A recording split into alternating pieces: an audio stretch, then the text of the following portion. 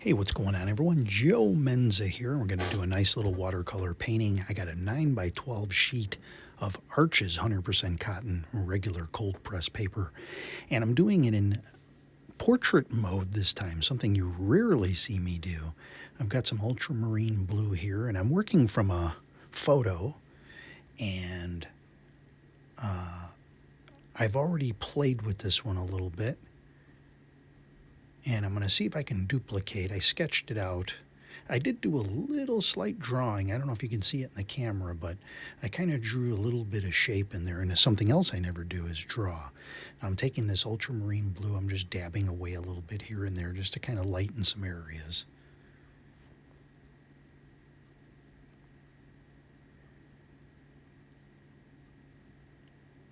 Now we're going to put a little mountain in here. And I've got some purple Amethyst Genuine. This is Daniel Smith paints. You can see that cotton paper. If you glide the brush over it, it'll leave behind white areas, which can be helpful. Leave a little white above the mountain there. Leave little areas of white. It creates little points of interest. I decided to put a little bit more ultramarine blue in here. Still want it to look purple. Try to darken that top a little bit. And we'll mop up a little bit of excess at the bottom here.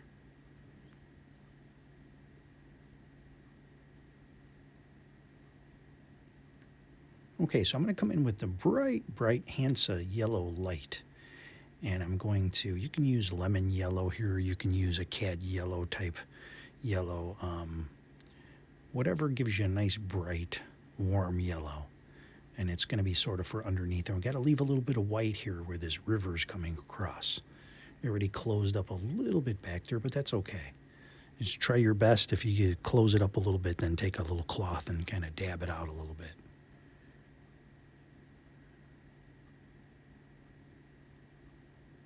And of course, I'm using the medium Ron Ranson Hake or Hake brush.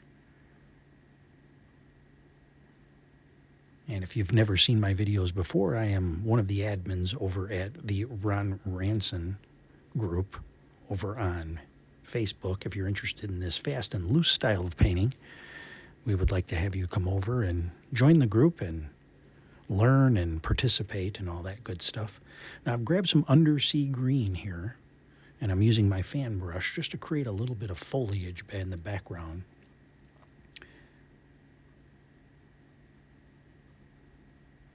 And now I'm using the same fan brush, and I'm just creating some areas of green. We're kind of doing a, just painting over, letting the transparency work here. We want a lot of texture, green foliage look, and just to kind of vary it up a little bit.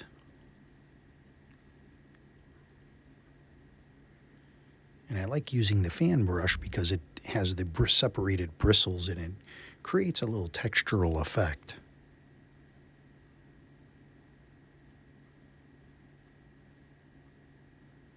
And a little hard edge on this banks of this little river, little creek.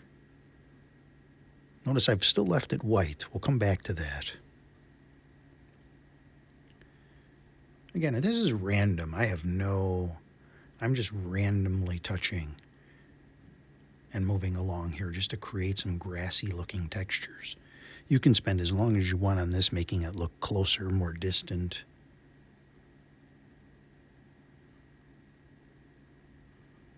When I do these videos, I try to keep them right around the 10, no more really than 15-minute range. If you look at the stats, a lot of people watch maybe 4 or 5 minutes of most videos.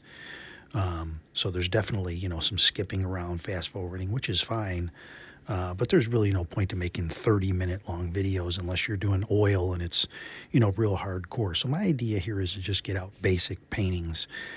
If I was sitting on my own and I spent an hour, or I went back to a painting, and I'm doing things professionally, but I want to keep it simple for you to pick up a brush and try this.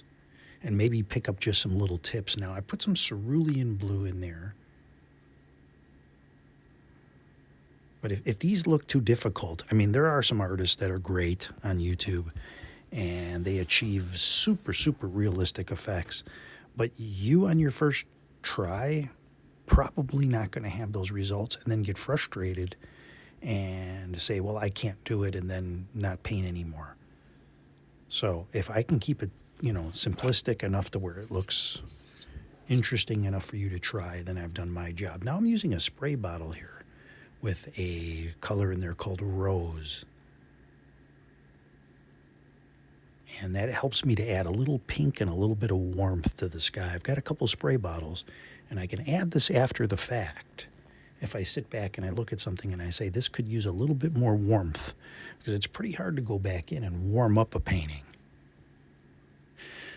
Again, a little bit more of this cerulean blue. Cerulean blue. And these are nearly all Daniel Smith colors. Again, and this is on the arches, which I don't always use the cotton paper, but I've actually done this one a couple times, so I wanted to do this on nice cotton paper and see what kind of results that I can achieve. Now, you can work a little longer on the arches paper. Got to be careful, a little color shifting, things can go a little darker. Paper stays wetter longer, almost like a rag or a cloth. Whereas you'll notice if you use wood pulp paper, your sheet will dry in a few minutes. But you can work a little bit longer on the cotton paper.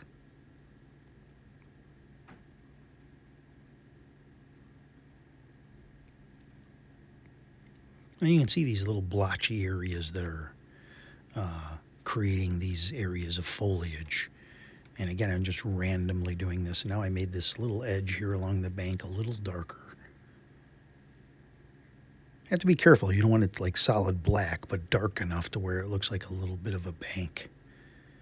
When I'm driving and I drive by little rivers and creeks and ponds, I'm always looking at how that edge looks.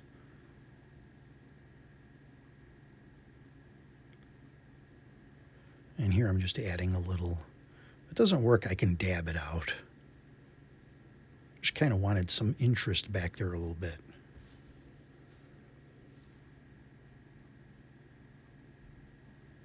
See, I want to keep that light there. And then the photo, you can't really see that all the way back, but I think in a painting, you have to make little changes to make it work. Now I'm just taking a brush. You can have a dry brush there too, and then you can dab into the wet paint and create textures too.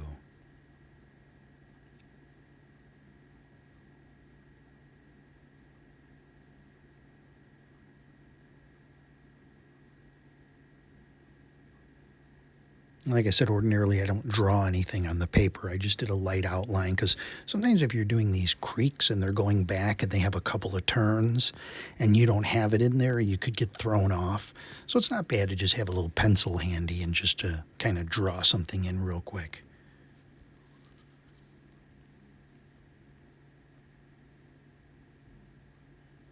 So I'm taking a little blue. I want a little bit of blue in that water, and I want a little bit of the pink, but I want to keep it light, and I want to do it without using any gouache.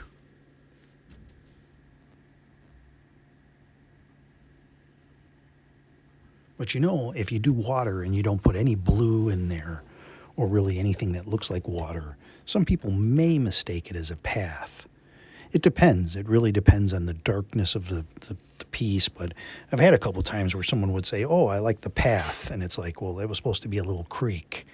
So how else do we make the human eye really say, oh, that's water, except to do blue or have some kind of green reflective, have something reflecting in the water. So you can use reflections and you can use color.